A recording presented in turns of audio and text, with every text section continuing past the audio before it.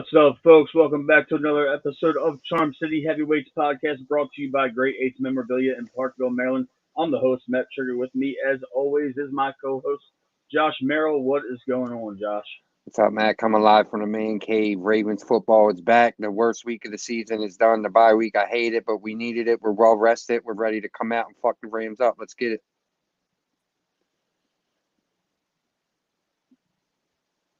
Yes, we are. It was a nice little bye week. We didn't have to stress out last weekend watching football. John gave the boys off an entire week. They just came back to practice this past Monday. Look to be relatively healthy heading into the Rams showdown. And speaking of the Rams, we are going to bring in our special guest representing the Los Angeles Rams, Darnell Salins from the Playmakerz Blog. Darnell, welcome to the show, man. Thanks for joining us tonight.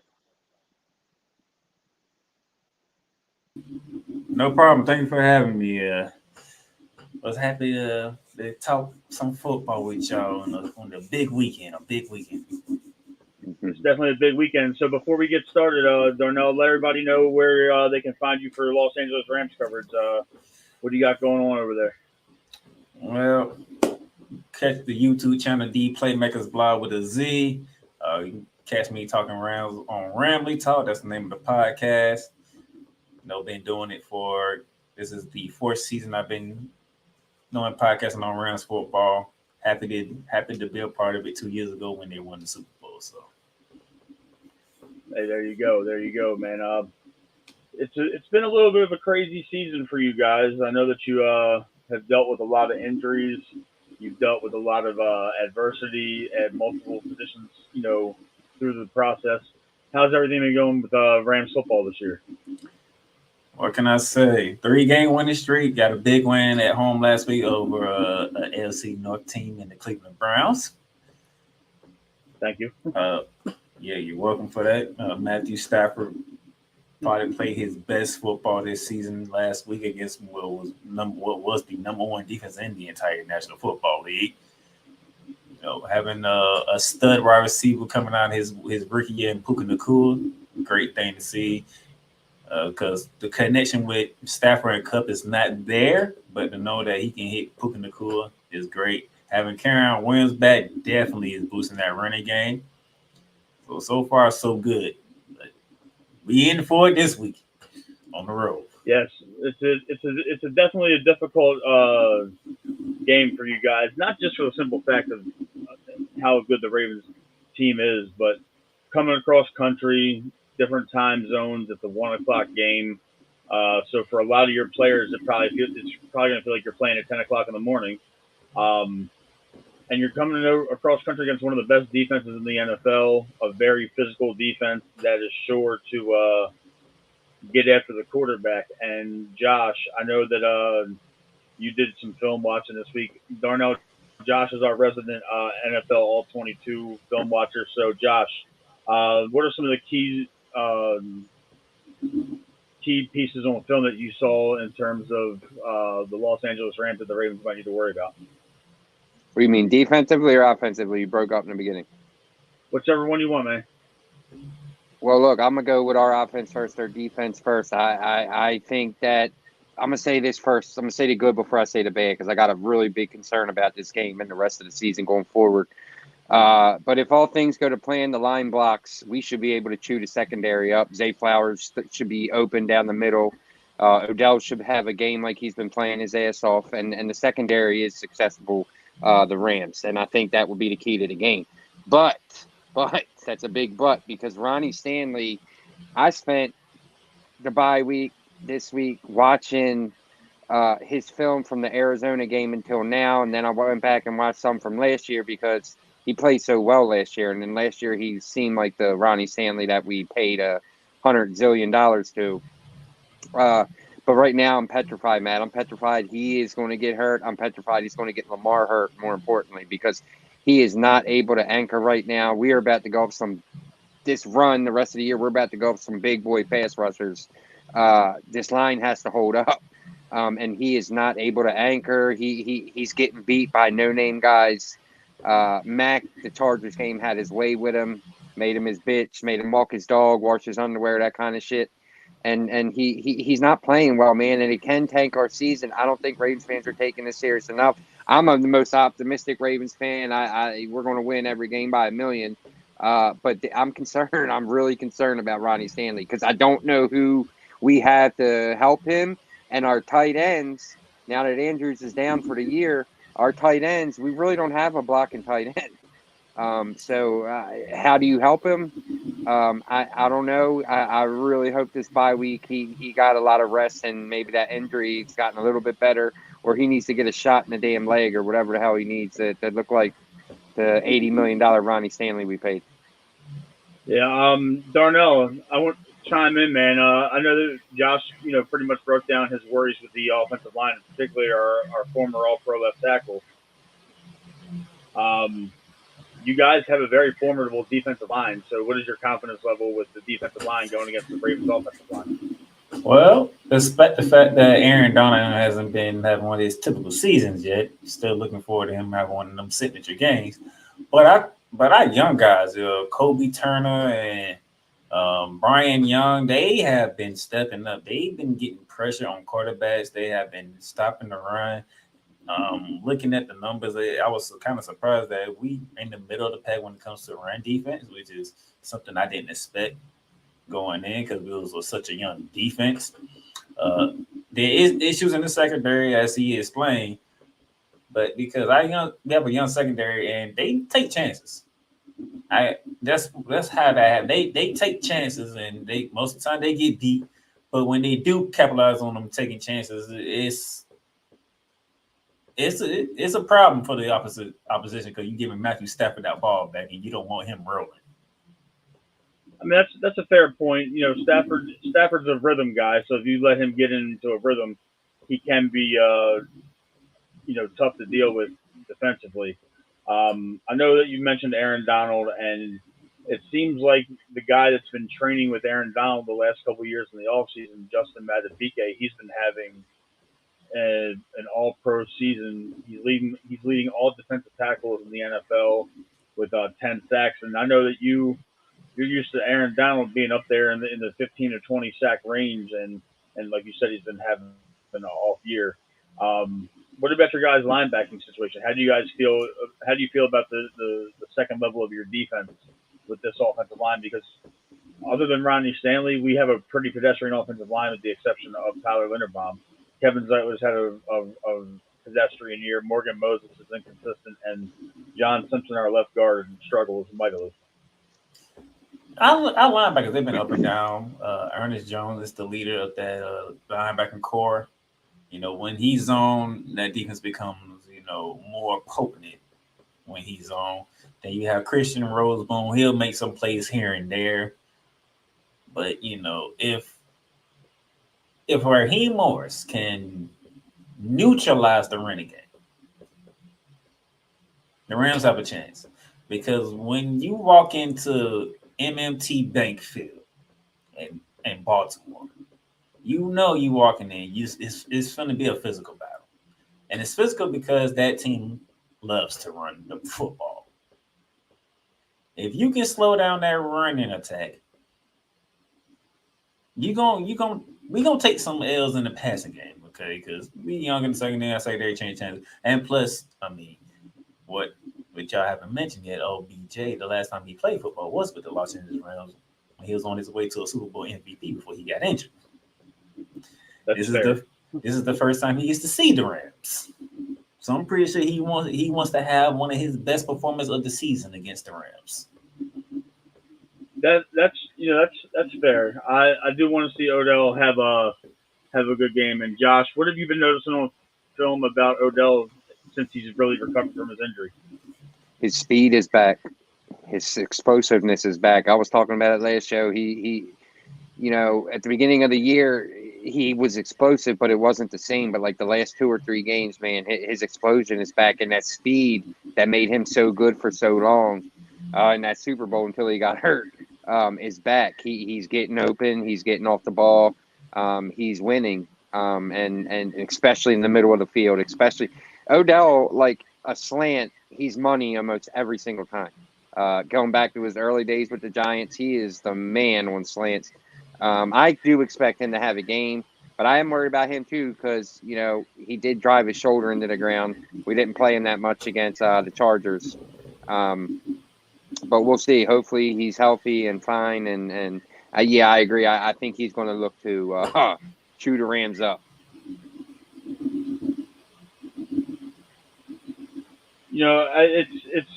It's crazy that we were waiting for this version of Bell to come back all year, and he's finally, like you said, he's got his explosiveness back.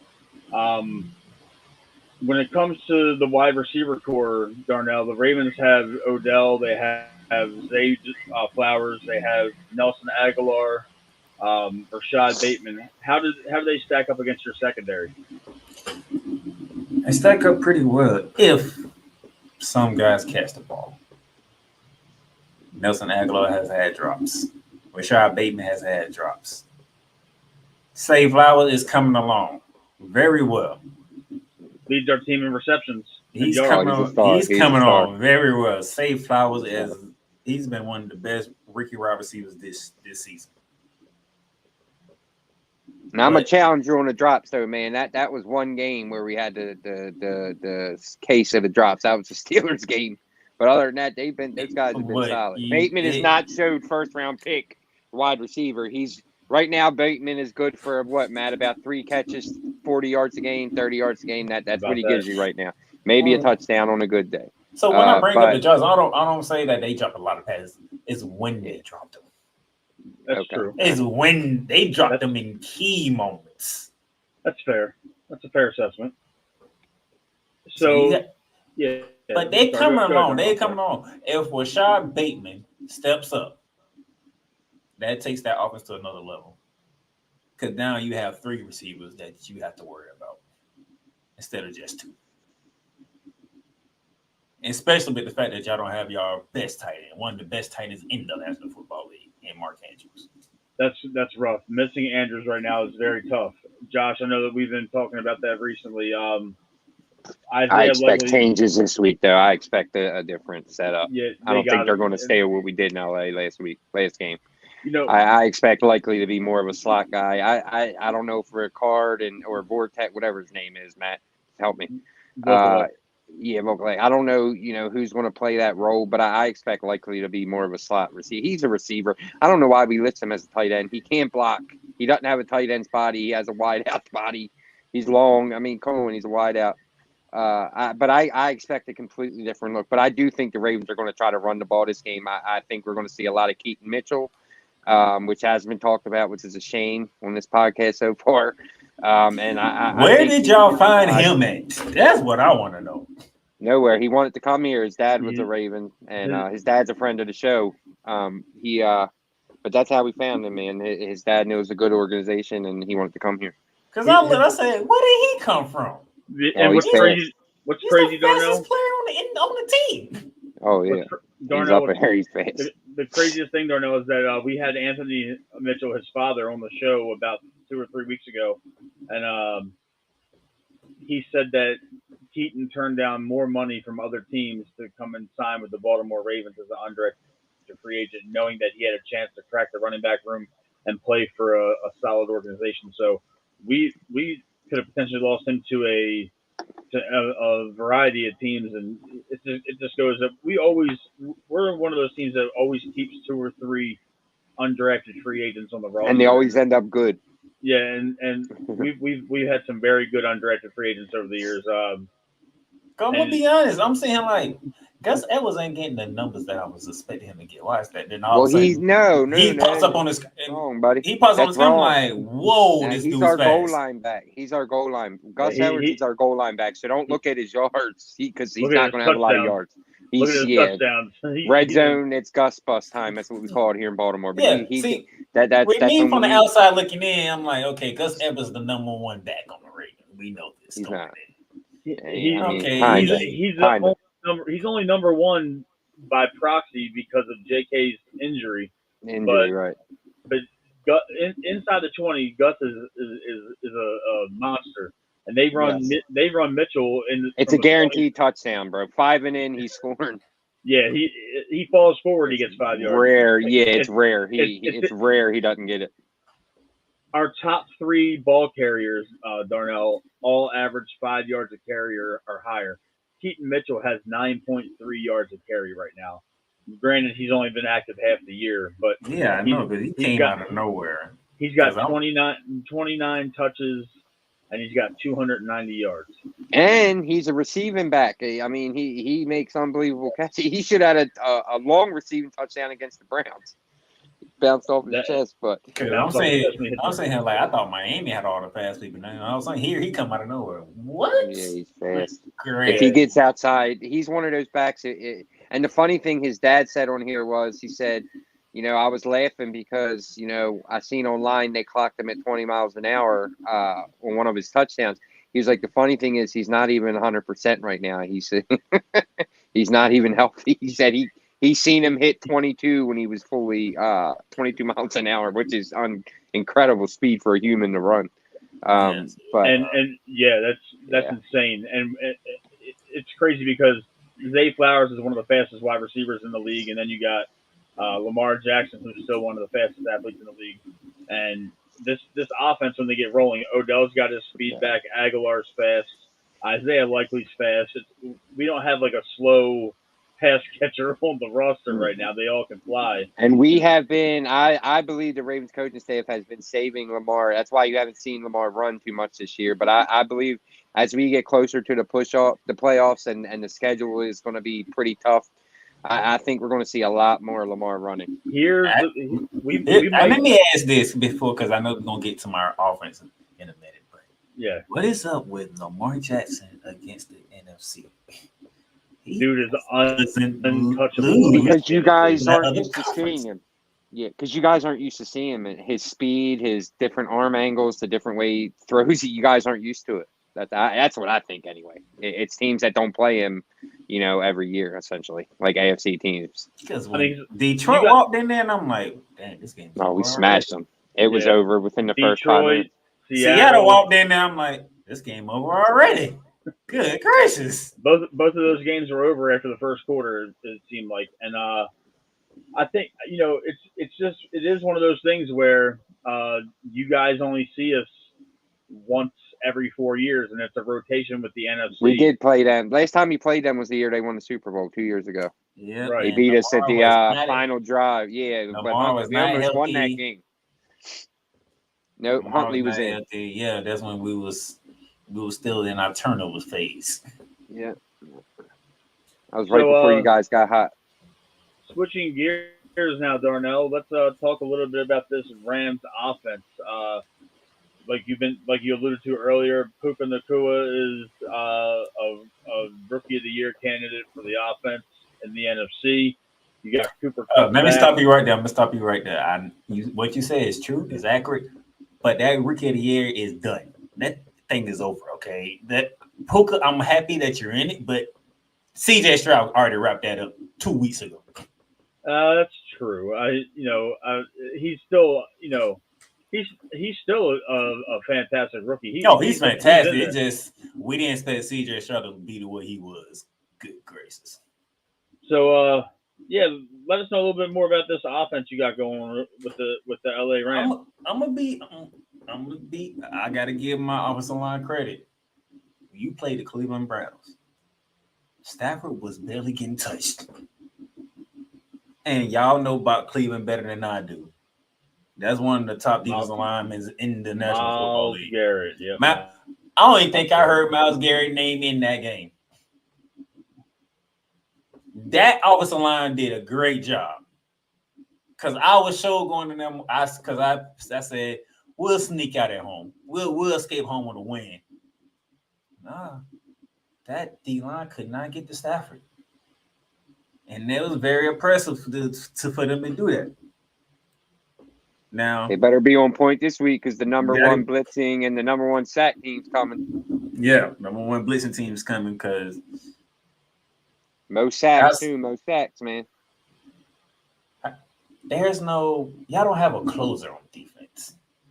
Y'all don't have that person that says, all right, it's my time to go in this for everybody. Roquan Smith. I mean, I don't agree with that, buddy. I don't. This defense is lights out, man. If you're talking about pass rush, I might understand, but when it comes to locking down a win late in the game, our inside linebacking duo, Queen and Roquan, it's the best in the NFL.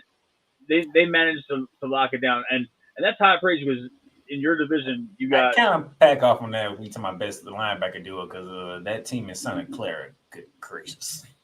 I mean, they got Drake Green. Queen and Roquan are monsters, dude. I don't know. And our defensive line is. I give you top 5, top 3, but them 2 dudes in Santa Clara, there's some problems. Okay. Yeah.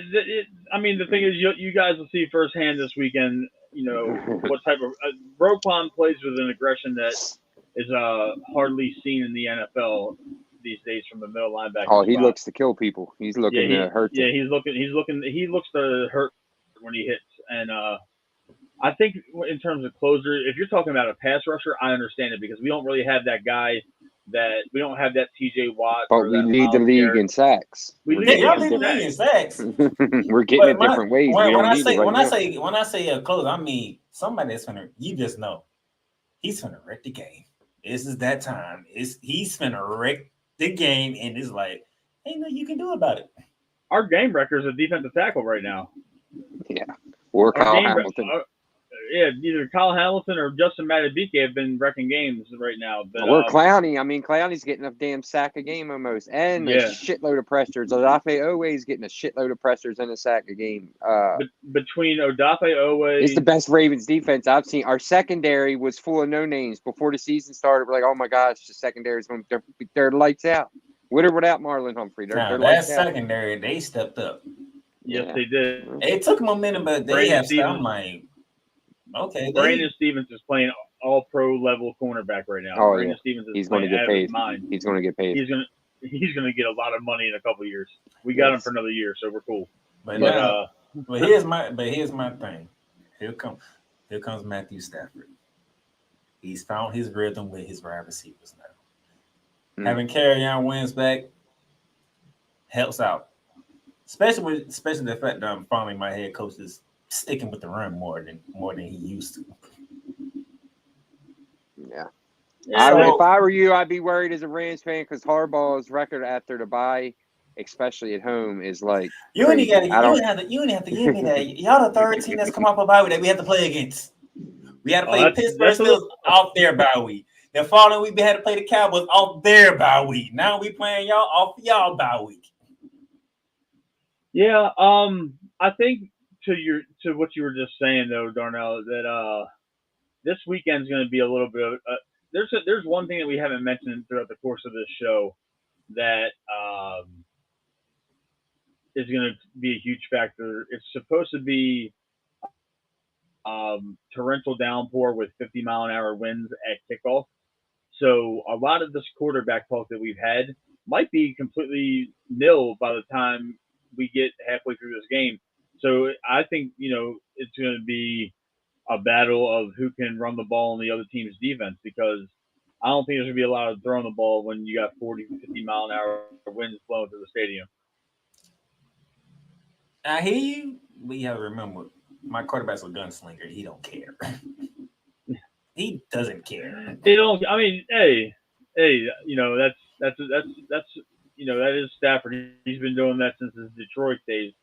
But we're going to get to the final segment of the show, Darnell. Since you are our guest and you are representing the Rams, we're going to have you pick your player of the game, your bold prediction of the game, and give us your final score prediction. Player of the game. Player of the game. I hate to do this, but I think player of the game going to be Gus Edwards. I think it's going to be Gus Edwards. Okay. Because, I already know what my team is walking into. I would love them to keep winning because we fighting for a playoff spot here.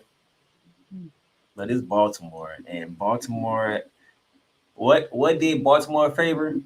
They saw the Miami Dolphins be number one. They finna come back. They finna feel some type of way. No, they ain't the one seed in the AFC. We are. But my team will put up a fight. But So what's your score prediction for the game? We're gonna come up short on this one, okay? We're gonna come up short. I can see the Ravens winning this one by a final score of 34-27. Wow. Okay, Josh, what is your prediction for player of the game and the score?